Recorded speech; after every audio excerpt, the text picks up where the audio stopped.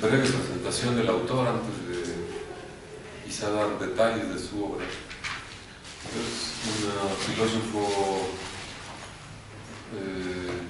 judío holandés, y quizá habrá que matizar esta doble identificación, porque su familia, la familia de Spinoza, está en disputa todavía su origen, pero algunos comentaristas dicen que es de origen holandés, otros dicen que es de origen español, pero en fin, Spinoza dominaba corrientemente las dos lenguas, pero creo que en su casa la lengua que se usaba corrientemente para comunicarse era el castellano. Bueno, otro dato, de sus 300 libros, los 300 libros que tenía en su biblioteca, el 90% de esos libros estaban escritos en español. ¿Qué tenía Spinoza en su estantería? Tenía la Biblia de Valera. Creo que Valera es el primer traductor protestante de la Biblia, una Biblia no católica, digamos. Esa era la versión que tenía Spinoza en su casa. Y tenía pues muchos de los grandes clásicos de lo que se llama siglo de oro. Así que Cervantes, Quevedo, Lope de Vega,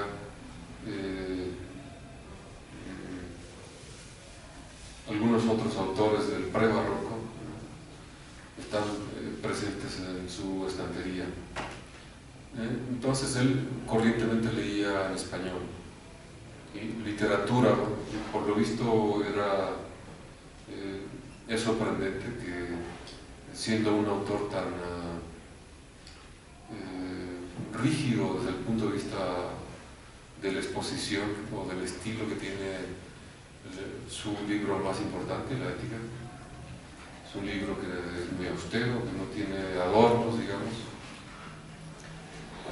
y que está preocupado pues más bien por el rigor conceptual que por los adornos literarios, ¿no?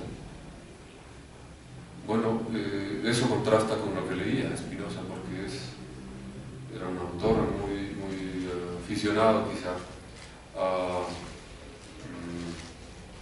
a leer literatura. Señalo particularmente a un autor que probablemente es muy desconocido, pero que influyó en buena medida para la confección de sus obras de filosofía política, sobre todo. Duarte de San Juan, Manual de Ingenios, era un libro que Spinoza leyó muy atentamente, y la palabra ingenio, o el concepto de ingenio, aparece a lo largo de toda su obra. Bueno, Spinoza, pues evidentemente, esto es lo que leía Spinoza, punto uno.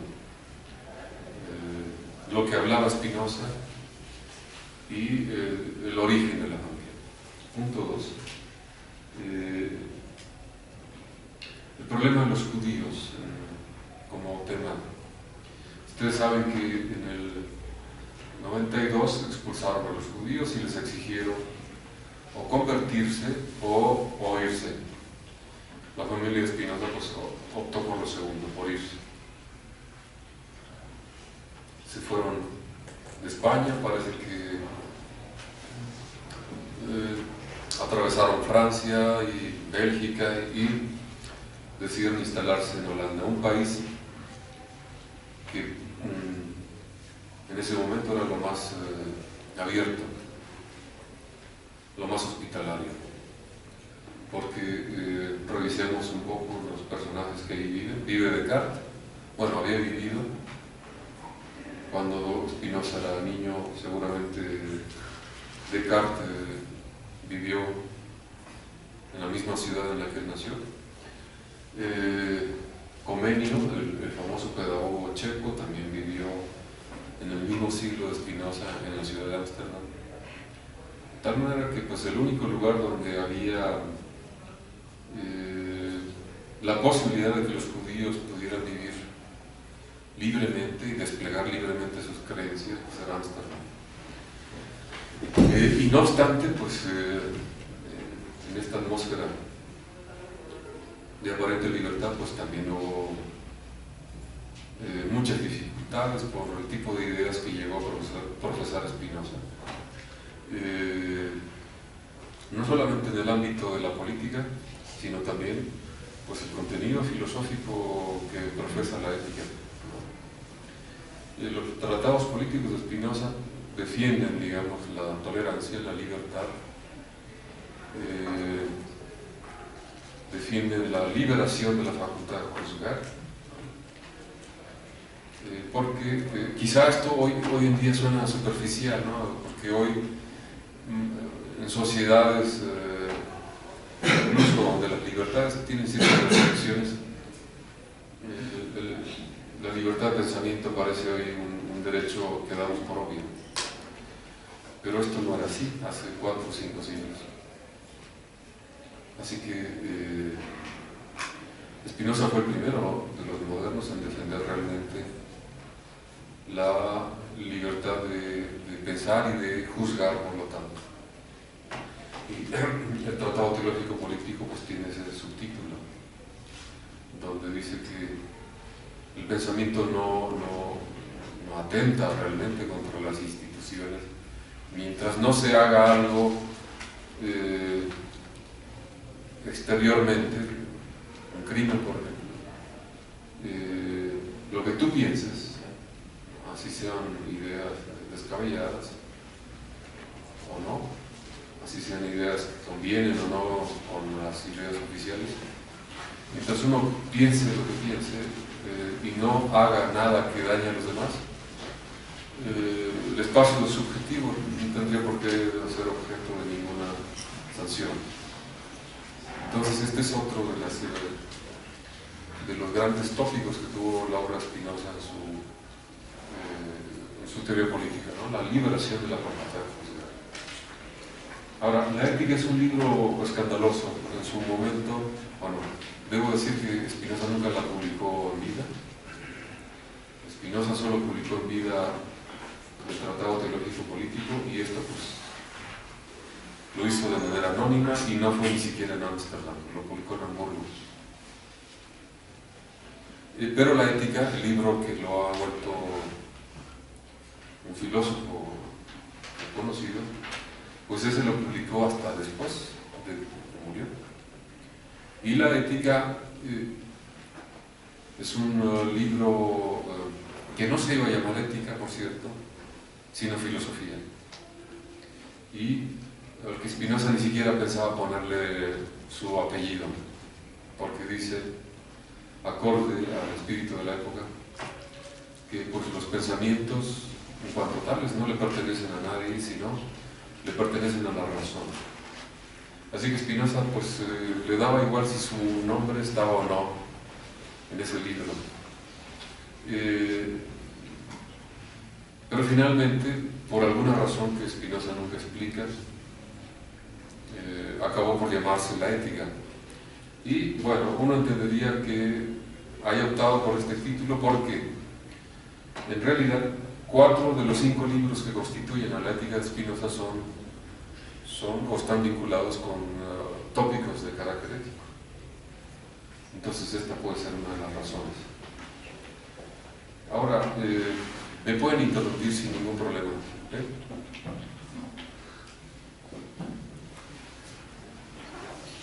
¿Cómo fue recibido este libro cuando ya muerto Spinoza lo publicaron?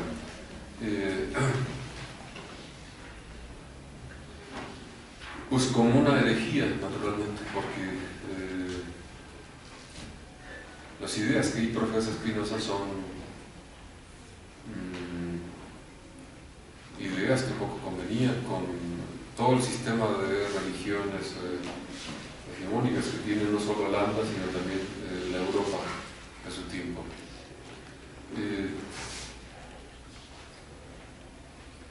Los judíos no se ven agraviados por ese libro, los católicos también. Parece que la Santa Inquisición española envió a espías que veían y escuchaban y tomaban nota de lo que Spinoza decía. Se sentían amenazados por las ideas de Spinoza. Los protestantes igual. Total, que todas las iglesias de todos los orígenes se escandalizaron con las ideas que se profesaban en ese libro.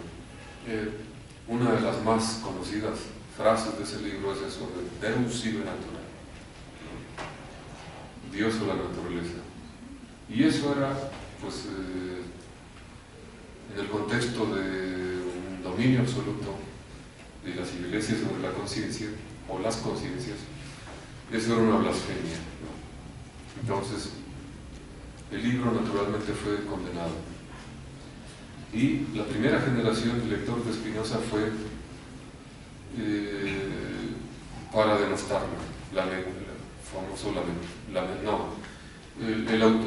Pierre Bayle, el autor del diccionario filosófico, es uno de los primeros en ocuparse de la obra de Spinoza, y naturalmente ahí lo pone como palo de gallina, ¿no?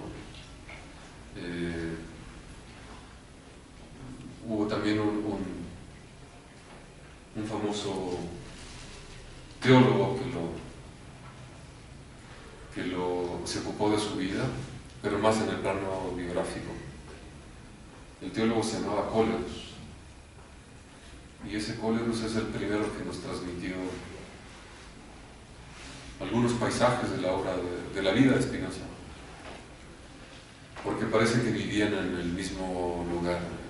Spinoza a los 24 años pues fue expulsado de la sinagoga.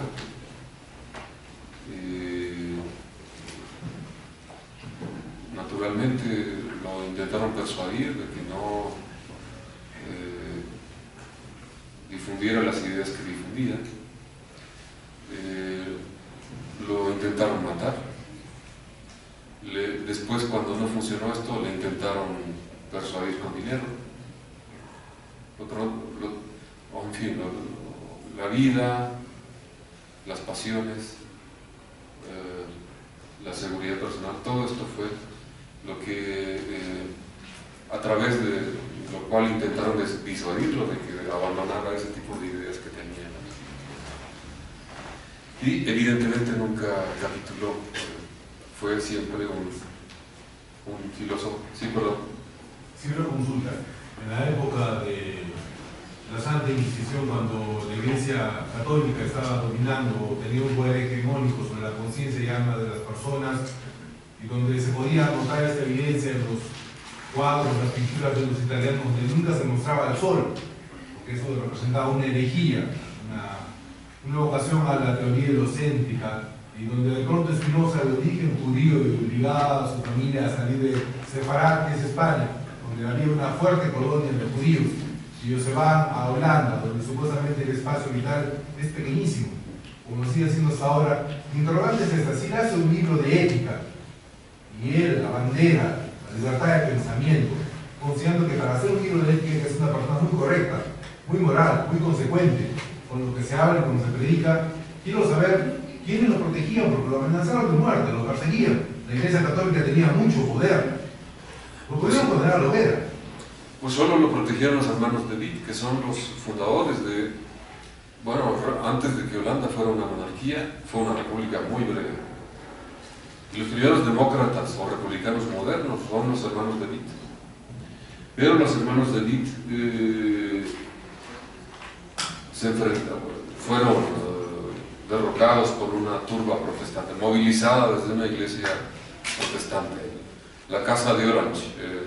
Bueno, ahora se llama Casa de Orange, pero realmente no había una tradición monárquica en Holanda, la tuvieron que inventar, y desde entonces gobiernan, creo, el país. Los que hay ahora son de ese origen. La monarquía de hoy es la que había entonces, o que fundó entonces la monarquía holandesa, pero sus valedores eran los hermanos de Witt. Ellos pues son los fundadores de la República de Ámsterdam. Entonces, República por lo menos en esta época, tiene una connotación muy virtuosa. Ser un republicano al mismo tiempo implicaba profesar una cierta clase de ideas, ¿no? Igualdad, diálogo, equilibrio de poderes, todo eso que conocemos que significa república, pero también un alto sentido de la virtud cívica. Y eso es lo que el mundo de los hermanos Leví quería construir al lado de filósofos como Spinoza. Entonces, los únicos protectores, para volver a la pregunta, los únicos protectores que tenía Spinoza para evitar que fuera condenado como muchos de sus contemporáneos, fueron estos hermanos. Pero en Spinoza había...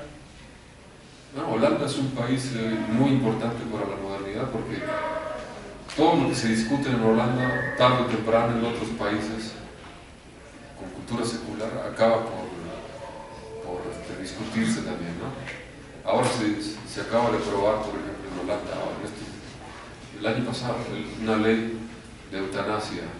En otros lados cuesta trabajo meter el debate sobre temas como ese, pero en Holanda se aprobó. Es probable que eso después se extienda a todo el mundo. Lo digo para hablar del espíritu de este país y la cultura que generó a este país, que es amor a la libertad. Por supuesto, Holanda es un país de comerciantes, es un país de... El mar siempre hace que la gente tenga una mentalidad más abierta.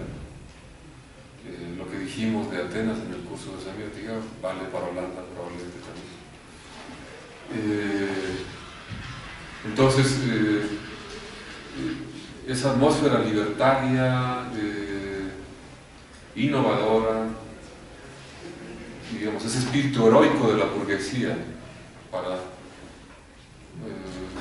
indudablemente la burguesía en ese momento, estamos hablando del 17, tiene un papel fundamental en el empuje de una nueva sociedad, ¿no? Pues los protectores de Spinoza y de su filosofía fueron estos hermanos republicanos. ¿Sí? ¿Cómo está? Primero saludarlo, señor ponente. Bien, Spinoza es un autor muy interesante para tratar. Y yo la entrada que tengo a Spinoza es a través de dos filósofos. Uno es Emmanuel Levinas, quien hace referencia a Spinoza y su concepto del acto supremo de Dios, que el ser persevere en su ser. Y segundo, tengo la referencia de Spinoza a partir de Nietzsche. Incluso hay una carta de Nietzsche, que si me permiten la leo, de su amigo François Bebé, que dice lo siguiente: estoy asombrado, realmente maravillado, tengo un predecesor. ¿Y qué uno? Casi no conocía nada de Spinoza. El que yo lo buscara precisamente ahora fue un acto del instinto. No solo que su tendencia general es igual a la mía, de convertir el conocimiento en el más poderoso de los impulsos. Me identifico con 5 puntos principales de su doctrina. El más inaudito y más solitario de los pensadores, es el más cercano a mí precisamente en esas cosas. Niega el libre albedrío, las finalidades, el orden cósmico ético, lo no egoísta, lo malo. Mi soledad es ahora al menos una soledad adulta. Bueno, yo tengo estas dos entradas a Spinoza a partir de estos dos referentes, ¿no? Levinas y Nietzsche, a partir de lo que él escribe. Y de lo que usted acaba de señalar, a mí, por ejemplo, lo que me inquieta es lo referente al Tratado Teológico Político, donde Spinoza hace una referencia a cómo los filósofos han tratado de desarrollar sistemas políticos. Y todos esos sistemas políticos no son aplicables a nuestra realidad, son utópicos. Y lo que nosotros deberíamos seguir son las experiencias históricas que nos demuestran qué funciona y qué no. Pero es el tratado político donde denuncia las utopías. El tratado teológico político quizá no tanto se ocupa de eso. El tratado teológico político es el primer libro de hermenéutica bíblica, crítica, que hay en la historia de la filosofía. Pero el tratado político sí aborda ese tema de, digamos, lo tóxico que son las utopías. Porque, dice, no sirven para juzgar desde un plano inhumano de perfección. Si tú no te acercas a esto perfecto, pues eres un impío y habrá que excomulgarte o echarte a la cárcel o lo que sea. Y, en fin, las utopías han servido más para censurar que para actuar. Y quizás lo que discute Spinoza en el tratado, no es el tratado político. El tratado teológico político pues, se ocupa de hermenéutica bíblica, y los últimos libros, del 16 al 30, se ocupa de exponer lo que se llama justnaturalismo. Ahora, ¿cómo lee Levinas y Nietzsche para el asunto de tu pregunta? Levinas naturalmente tiene que oponerse a una filosofía como la de Spinoza. Y el punto más crítico que encuentra Levinas, la objeción fundamental que tiene Levinas sobre Spinoza, es la famosa idea de conatus essendi, ¿no? O sea, la idea ética, bueno, no sé si eso se pueda llamar ética. Conatus essendi es, digamos, una categoría de lo que se llamaba entonces ciencia de la naturaleza humana. Eso quiere decir que todos nacemos con la tendencia a perseverar en el ser. Cualquier persona viva nace con eso, ¿no? Y puede ser sabio, ¿no?, el sujeto en cuestión, pero todo el mundo actúa en función de este apetito fundamental: querer vivir más. Ese es el dato original en la vida de cualquier persona. Vivir, para resumir el asunto, vivir es querer vivir más. Y eso es conatus essendi. Ahora, una filosofía como Levinas, naturalmente, se construye en sentido inverso a la visión que tiene Spinoza de la virtud. La ética de Levinas es la ética de la renuncia a sí mismo, ¿no? Pero es muy interesante, por otro lado, la visión que tiene Levinas, un judío también, sobre la propia obra de Spinoza. Ustedes saben que a Galileo la Iglesia Católica lo rehabilitó, ¿no? Y hoy Galileo pues ya no escupen sobre su tumba más. Levinas fue el único de los judíos, de los filósofos judíos, que pidió públicamente la rehabilitación de Spinoza. La rehabilitación, quiero decir, por parte de una autoridad religiosa. Y eso lo escribió Levinas en Totalidad Infinito, tiene referencias de Spinoza. En Masa, Otro modo que ser, o Más allá de la esencia, también vuelve Spinoza. Pero en un articulito que se traduciría, ¿ha leído usted a Spinoza? Fue un articulito muy breve, pero de lo que se ocupa Levinas ahí es de exigir o demandar la rehabilitación política y cultural de Spinoza. Por esta razón, la excomunión de Spinoza sería interesante que la lean. Busquen en internet excomunión de Spinoza y van a un documento atroz. Maldito cuando vais a hacer pipí, maldito cuando comas, maldito cuando te levantes, cuando anochezca, maldita la paloma que te vio. No hay nada que no sea maldito, o que los 630 ángeles de la excomunión te condenen. Esa acta de excomunión hecha por Rabí Levi Morteira, un rabino de origen portugués naturalmente, es un documento de excesiva crueldad. A lo que se refiere Levinas es hacer estas rehabilitaciones a ese documento que el judaísmo, la religión oficial, hizo con la vida y con la obra de Spinoza. Con la vida, porque cuando se hizo el acta de excomunión de Spinoza, pues la ética no estaba publicada y probablemente ni siquiera estaba escrita. Era un jovencillo de 21 o 22 años cuando fue excomulgado, pero que ya había bebido de muchas ideas nada convencionales. Cuando era un jovencillo, probablemente escuchó a Uriel da Costa, un médico portugués de Oporto, que profesaba ideas muy radicales. Uriel da Costa decía: el alma muere con el cuerpo. Bueno, eso es ateísmo. El alma, en sentido religioso la palabra, requiere de la inmortalidad, ¿no? Entonces, el señor Uriel da Costa, un médico de Oporto, profesaba esa clase de ideas, ¿no? El alma es mortal como el cuerpo.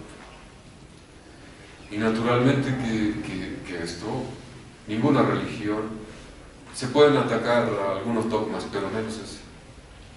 La condición para que una religión tenga autoridad sobre las personas es declarar que el alma es inmortal. Y es el objeto de cuidado religioso tiene que ver con la parte inmortal del alma, naturalmente. Entonces, esas ideas Spinoza las escuchaba cuando era un jovencillo que aprendía latín. Él aprendió latín con un famoso jesuita holandés que pues parece que lo echaron de la compañía, fundó una academia de latín. Van der Ende se llamaba este jesuita. Tenía, pues, no sé, unos 12, 13 años cuando empezó a aprender latín. Lingua franca. Era la lengua en la que se expresaba pues, las ideas filosóficas en latín todavía. Y cuando aprendía latín, Spinoza actuó en algunas comedias de Terencio.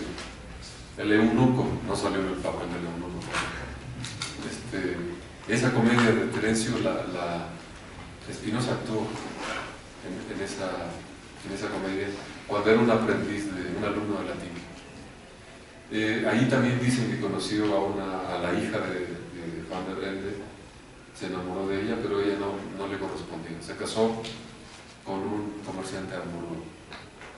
Y parece que Spinoza, después de ese intento, no se le conoce otra enamorada. Vivió su vida casi enteramente. Eso, por lo menos el mito de Spinoza así nos lo ha hecho creer. Una vida dedicada por entero al cultivo de la sabiduría. Y créanme que así fue. Porque Coleus, el biógrafo del que hablé hace rato, el tipo que lo veía por ahí por el visillo de la puerta, que vigilaba lo que hacía. Porque Coleus dice, el señor Spinoza es un ateo y sin embargo es virtuoso. Lo digo porque ser ateo era sinónimo pues, de ser un tipo desalmado, ¿no? Pero Coleus dice, bueno, este señor, a pesar de ser ateo, es virtuoso, válgame Dios, ¿no? Y Coleus transmite pues algunas viñetas de la vida de Spinoza que son interesantes y que contribuyeron al mito de Spinoza, porque es un mito también. Yo creo que hay dos filósofos que se pueden considerar míticos: Sócrates y Spinoza, ¿no? La vida, con toda la salsa que uno le pone a los mitos, ¿no? O sea, muchas cosas pues no son reales, pero la filosofía ha decantado a estos dos personajes como mitos, ¿no? Ahí se depositan muchas cosas, muchas fantasías, y sin embargo también pues muchas cosas reales, ¿no? Y esto que dice Coleus, un ateo pero virtuoso, pues nos da una idea exacta del talante de Spinoza, ¿no? Porque en efecto el tipo, un caso, sus hermanos le disputaron una herencia y él consideró injusto lo que le querían quitar. Su padre tenía una compañía naviera, o sea, eran ricos. Y los hermanos, pues cuando se muere el padre, quieren apoderarse de todo. Spinoza va a los tribunales y le gana a los hermanos el pleito. Y dice, una vez que le gana a los hermanos el pleito, les dice, tómenlo, para que vieran que yo tenía la razón. Tomen, desgraciados, llévenselo. Las cosas que le pertenecían se las donó a los hermanos. Este es un ejemplo, ¿no?, de alguien cuya vida era muy austera, ¿no?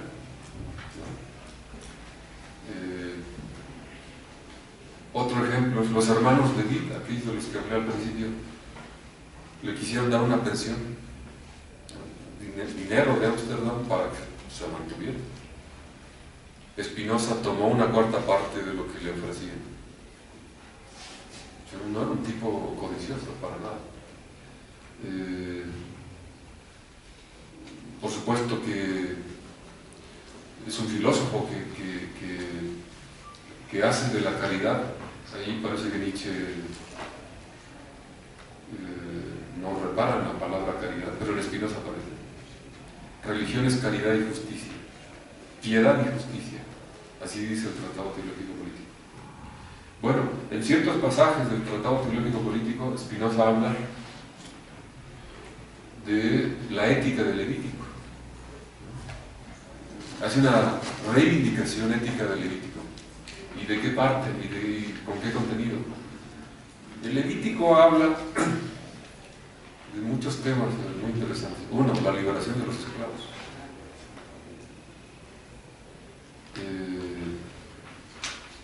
La reverencia a los extranjeros. La condonación de las deudas.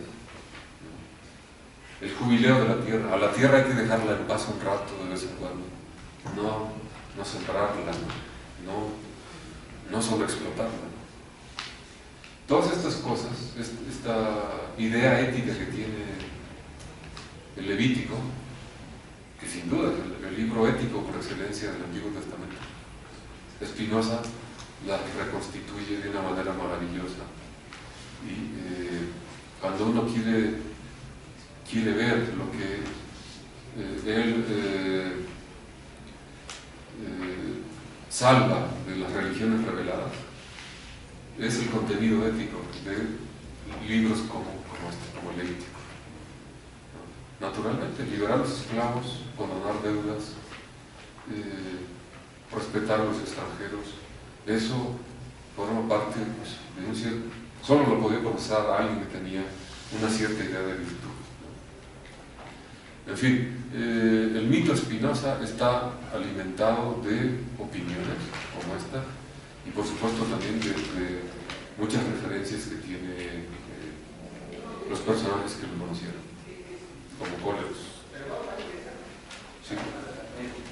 No sé si también puedo hacer una referencia. Escuché o leí también que Spinoza había rechazado en varias ocasiones las invitaciones para ser catedrático de ciertas universidades. ¿Qué lo motivaba a hacer ese rechazo? Sí, entonces trabajar en una universidad era, pues, sinónimo a ser teólogo. Libertad de pensamiento, esto que quizá hoy todavía cuesta trabajo mantener, decir libremente ideas, que es la universidad, el significado de universidad que defendemos, o bueno, ustedes supongo que también piensan eso, yo también. Que la universidad debe ser un recinto donde las ideas deben fluir libremente. Pues eso no había. Heidelberg era el principado donde trabajó Max Weber, para que se den una idea de la universidad a la que lo invitaba. Declinó. Él pudo haber tenido pues ahí su salvación económica, y también renunció. Dijo, claro que fue muy amable, pero que probablemente sus ideas iban a chocar mucho con las ideas oficiales. Y la verdad es que así hubiese sido. El primer semestre lo expulsan. Si hubiese aceptado, lo echan. Todo lo que él profesaba, evidentemente no lo iban a tolerar. Pero fue Heidelberg. Aquí lo voy a decir. Perdón. Usted mencionó que Spinoza, o sea, consideraba bastante el libro de Levítico, ¿no? que está en la Biblia, en el Antiguo Testamento. Mi pregunta es o sea, o sea, él considera bastante este libro, pero este libro, por ejemplo, habla, como se dice, ¿no?, el jubileo, que es mayormente perdonar las deudas, donde los esclavos eran libres, ¿no?, ya no eran volver esclavos porque se hacían esclavos por diferentes deudas. Ese tiempo, ¿usted cree que todo lo que dice el Levítico, si realmente lo pusiéramos así, como se dice, físico, algo así, serían solucionados muchos problemas que hay en la sociedad? Bueno, es difícil decir una fórmula así, pero todo lo que dice ese texto es de una generosidad extrema. Deudas, que le perdonan la deuda al Perú, estaría bien, ¿no? O a México. O el jubileo de la tierra, lo que hoy llamamos ecologismo, en el Antiguo Testamento es jubileo de la tierra. Y muchas otras cosas que, sin embargo, Spinoza no solamente interpreta desde el punto de vista ético, también político. La única razón por la cual los judíos quieren vivir entre judíos es estos nexos de solidaridad que hay entre ellos. Entonces, la vida en común solo tiene significado en la medida en que se pueda desplegar una virtud como la solidaridad. Y entonces Spinoza no solo reconstruye, digamos, el valor ético de este texto, sino también su significado político. ¿Por qué el Estado teocrático era tolerado por los judíos? ¿Y por qué no se querían ir de su comunidad? Porque, pues, evidentemente, ahí donde la comunidad mantiene nexos tan estrechos de solidaridad, es evidente que esa comunidad retiene a sus miembros. Entonces Spinoza evidentemente no está haciendo una interpretación bíblica nomás, está haciendo una lectura del presente, y eso es lo interesante. Spinoza no lee el Antiguo Testamento como lo hace un museógrafo, ¿no? Eso es el pasado, señores, ¿no? Está hablando a Juan para que entienda a Pedro, ¿no? O sea, los contemporáneos. Y evidentemente que no lo hizo como lo haría un filólogo, ¿no? Es que aquí quería decir no sé qué. Está hablando de temas que le competen a la Holanda en su tiempo, ¿no? Entonces es interesante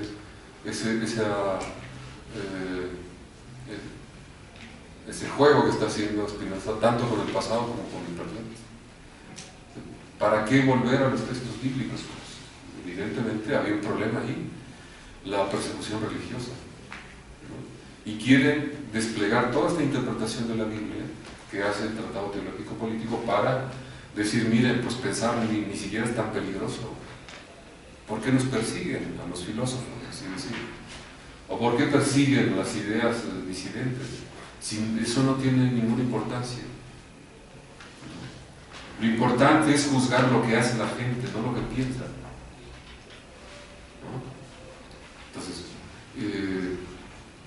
insisto que esto es una verdad de perogrullo para nosotros, libertad de pensamiento. Suena como algo superficial, pero entonces se jugaba el pellejo quien defendiese. No era cualquier cosa en ese momento la salida a la defensa de un valor como el derecho a juzgar las cosas por su propia cuenta. Eso era lo que defendía este libro. Entonces no es pura filología bíblica, sino también pues es una lectura política del personaje. El Levítico tuvo ese significado en la obra de Spinoza. Empezaré diciendo lo siguiente. Jesús perdonó un nuevo mandamiento: amaos los unos a los otros. ¿Qué proponía? ¿Hacer una orgía? No era plenamente consciente del sentido del amor. Spinoza, Spinoza tuvo un amor platónico. No conoció la vivencia con una mujer. No se perdió en el mundo, no tuvo una experiencia mundial. ¿Quién sabe? No sabemos. Hubiera dejado hijos en todo caso. Bueno, el amor no solamente es de la carne, por supuesto que nos está refiriendo. El cristianismo no solamente es eso, es un tipo de amor más, no sé cómo haga que le llamaban los griegos, pero un amor que está más allá de la carne, evidentemente. Eso es el cristianismo. Y así Pero eso no existe, ni se habla sobre la carne. El problema del ser humano, del cuerpo, es... Sí, sí, claro. Pero estoy tratando de explicar lo que el cristianismo entendía por amor, ¿no? Evidentemente que el amor es uno de los grandes temas y una de las grandes reproches que se le hace al judaísmo. Hegel, por ejemplo. El joven Hegel escribió un libro que se llama El espíritu del cristianismo y su destino. Ahí dice que Hegel era antisemita. Hegel dice, ¿qué es el judaísmo? Bueno, el drama del infinito y de lo finito. No hay puente ahí, ¿no? Acá está Dios y acá está Abraham con sus cabras en Irak. En medio no hay nada. Es decir, un Dios celoso, tiránico, arbitrario, que pone pruebas muy crueles, ¿no? El propio Abraham fue una víctima de esto. Kierkegaard desarrolló toda su filosofía en función de este drama de Abraham. Bueno, Hegel dice, el judaísmo es esto, lo finito y lo infinito, y a la mitad nada. Y el cristianismo es una filosofía de la reconciliación a través de un afecto como el amor. Entonces, la esencia del mensaje del cristianismo a la luz de Hegel es la irrupción del amor, ¿no? Como conexión entre Dios y los hombres. Bueno, es Cristo. Es muy importante este debate que abrió Hegel, y que abrió Spinoza también, porque toda la religión, después, la religión a partir del mundo reformado, tuvo este tema, la relación entre lo infinito y lo finito. ¿Cómo es? Schleiermacher dijo, la religión es el sentimiento de ser criatura. El peso de ser una criatura, Dios poniéndose el índice en la cabeza. Y desde entonces, lo pueden ver en Rudolf Otto y en otros grandes escritores de origen protestante, siempre aparece allí el drama de la religión, como la relación entre lo infinito y lo finito, ¿no? Por supuesto que lo finito, porque el protestantismo tradujo la vida religiosa en términos dramáticos. Lo finito, la vida de los sujetos finitos, está llena de turbulencias, de drama.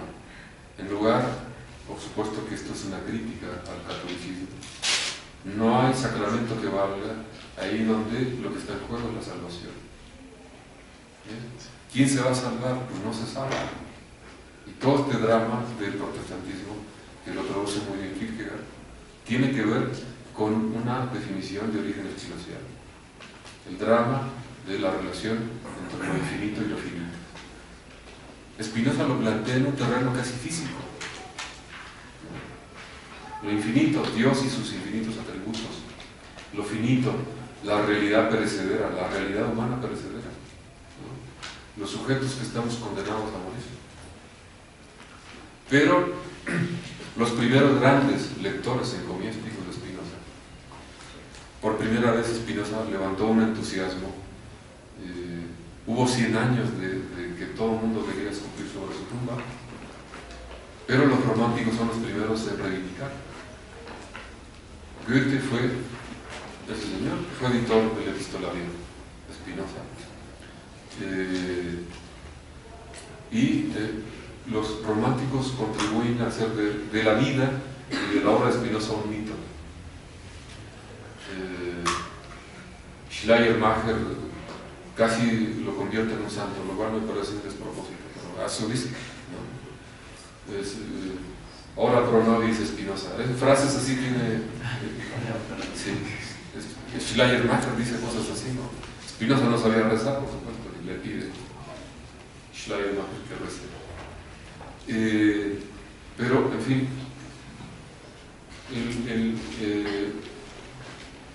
la lectura que hicieron los románticos de la obra de Spinoza, en buena medida,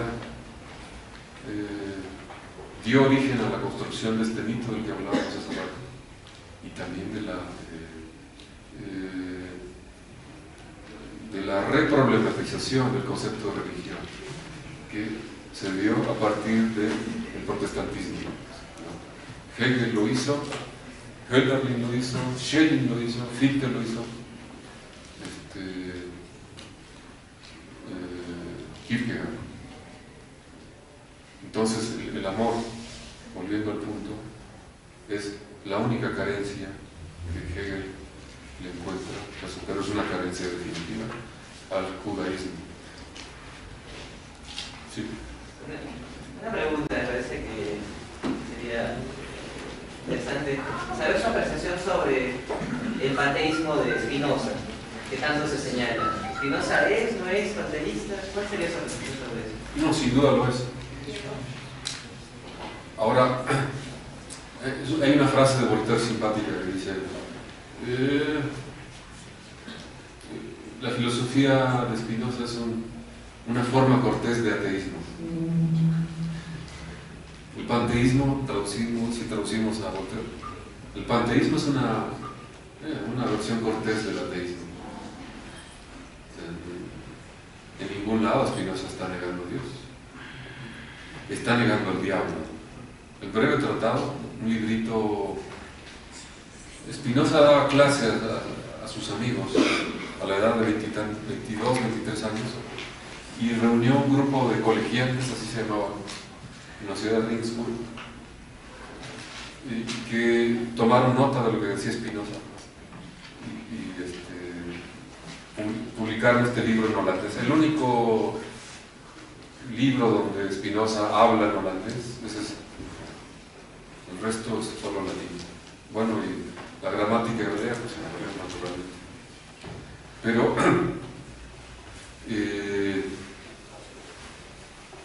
dice ahí, probablemente el único libro que se ha ocupado de refutar la existencia del diablo es ese libro, el breve tratado. Los filósofos se han ocupado de demostrar la existencia de Dios, pero el diablo es una compañía que es como la sombra de Dios, ¿no?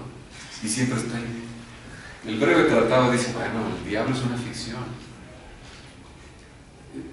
Bueno, argumenta de esta manera: si el diablo no encarna ninguna perfección, si el diablo es la ausencia de atributos, porque existir es tener perfecciones, hasta el más modesto de los seres, para que exista, debe tener perfección. Es más, la ética dice: la perfección es la existencia, con eso basta. Existir es la perfección. Eso es. Bueno, con esto podemos avanzar a lo que dice el breve tratado. El diablo encarna la negación absoluta de cualquier perfección. Luego, entonces, no hay diablo. Así concluye de manera axiomática la refutación de Spinoza por el diablo. Entonces, podemos ver estos pasajes también inauditos, tópicos raros de la obra de Spinoza, donde el diablo aparece ahí como un objeto de la imaginación. Todas aquellas cosas que son, la imaginación no tiene un valor estético. Debo decir que cuando la palabra imaginación aparece en la obra de Spinoza, evidentemente no está hablando de la imaginación como Kant la llegó a entender un poco después. La imaginación es la fuente, digamos, de la superstición. Imaginación es más superstición que creatividad. En el contexto de la obra de Spinoza es así. Entonces, ese libro, dictado por el joven Spinoza a sus amigos a los 24 años, o a una edad así, Se llama Breve Tratado de Dios, del Hombre y de su Salvación. Es un programa filosófico. El Breve Tratado es un programa filosófico. Todas las ideas que va a desplegar, sobre todo en la ética, y aparecen ya en ese libro. Claro que en ese libro pues, no está presente todavía ningún rasgo cartesiano, como los que tiene el libro de la ética. Entonces, volviendo al panteísmo. El panteísmo es una forma cortés de ateísmo si le hacemos caso a Walter. Por supuesto que estas ideas en ningún lugar iban a ser toleradas. Es natural todo el encono que despertó la filosofía de Spinoza y los enemigos que se ganó.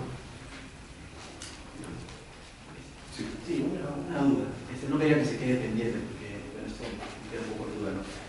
Primero, para salir un poquito de este tema, si me permite, usted hace referencia, ¿no? a Spinoza, y Spinoza se enfocaba más que todo un pensamiento libre, ¿no? Libre pensar, digamos, más que el libre actuar, ¿no?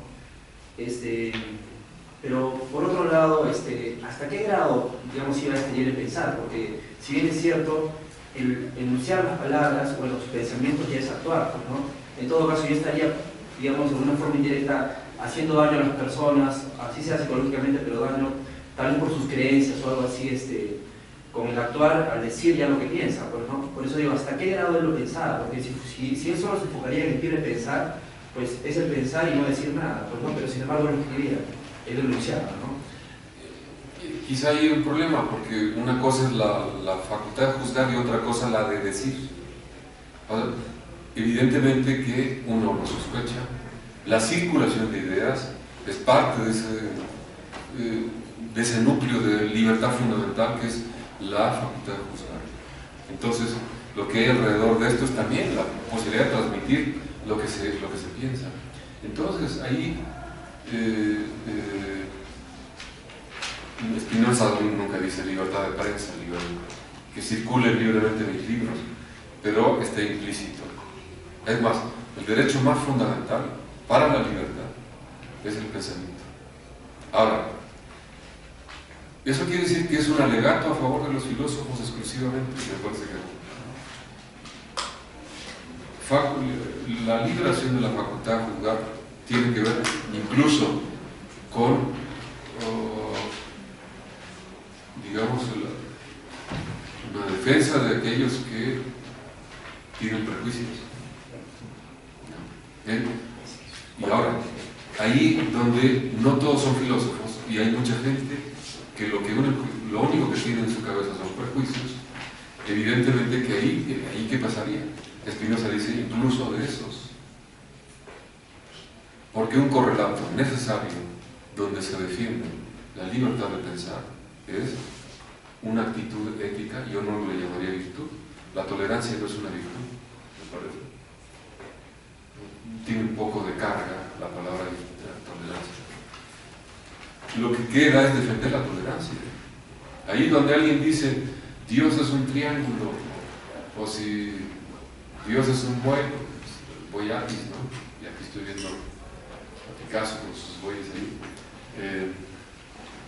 Donde alguien dice, se representa eso, que mientras no salga a nombre de esas ideas a matar a alguien o a agredir a alguien, no tiene por qué ser declarado delito. Entonces, la tolerancia es también una clave de interpretación de este alegato a favor de la libertad de pensamiento. En todo caso, claro, me queda claro eso.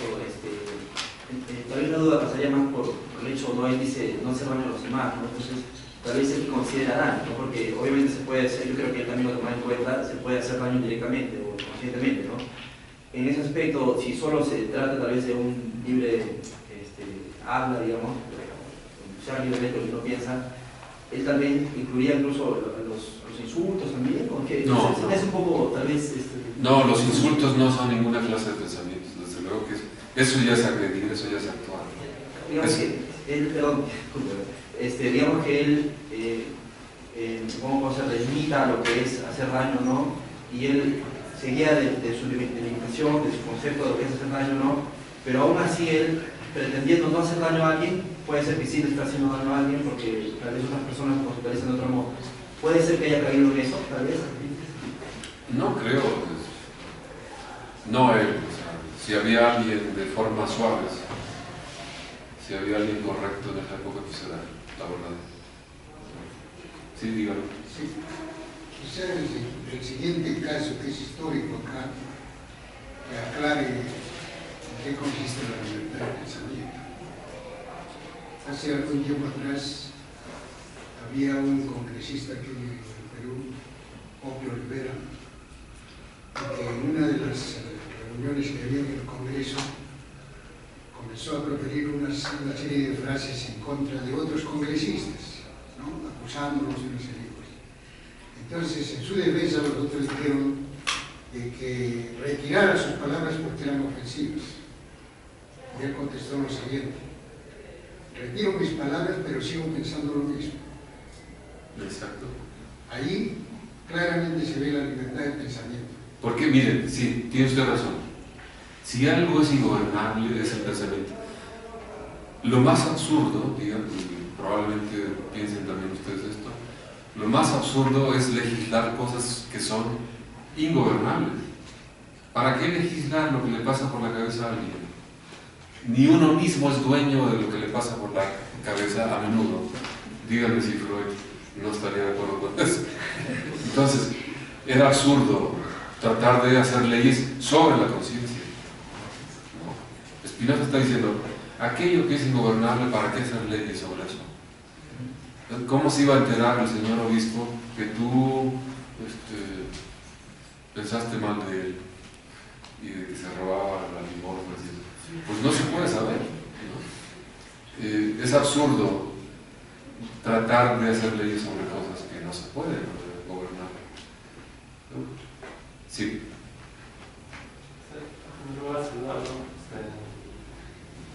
Quería decir una novedad que en México que está pasando hoy en día situaciones muy críticas con los estudiantes desaparecidos. Y me gustaría también preguntarle ¿qué ha pasado con Spinoza hoy en día, no? Porque, bueno, yo creo que leí un poco Spinoza, pero si toda su vida ha sido muy dedicado a la sabiduría, y si hay otros hoy en día pensadores, tal vez como Hegel o como Nietzsche, y eso se ve, ¿no?, en la juventud de hoy en día, hasta las mismas.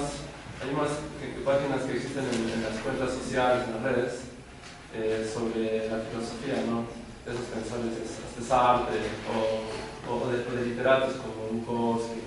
Entonces, ¿por qué sería hoy en día bueno reivindicar a Spinoza?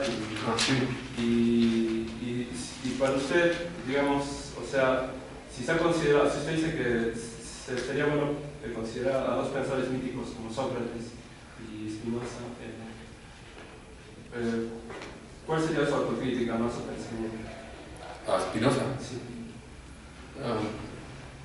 Bueno, pues no sé, pero si quieren me invento una. Lo he hecho con devoción y por eso ahora no me imagino, pero debería haber tenido, claro. Spinoza hoy, lo vivo y lo muerto. Es que después de eso hubo Spinozas para todos gustos, la verdad.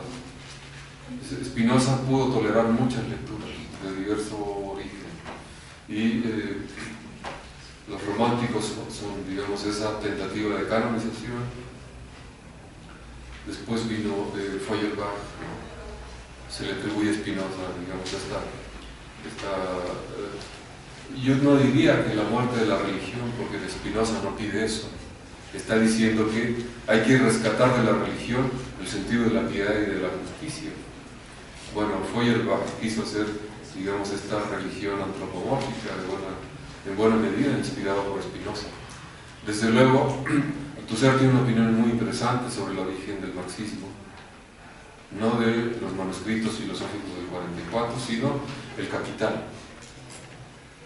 Ustedes saben que los marxistas de los años 70 se preguntaban cuál era el origen intelectual de las ideas de Marx.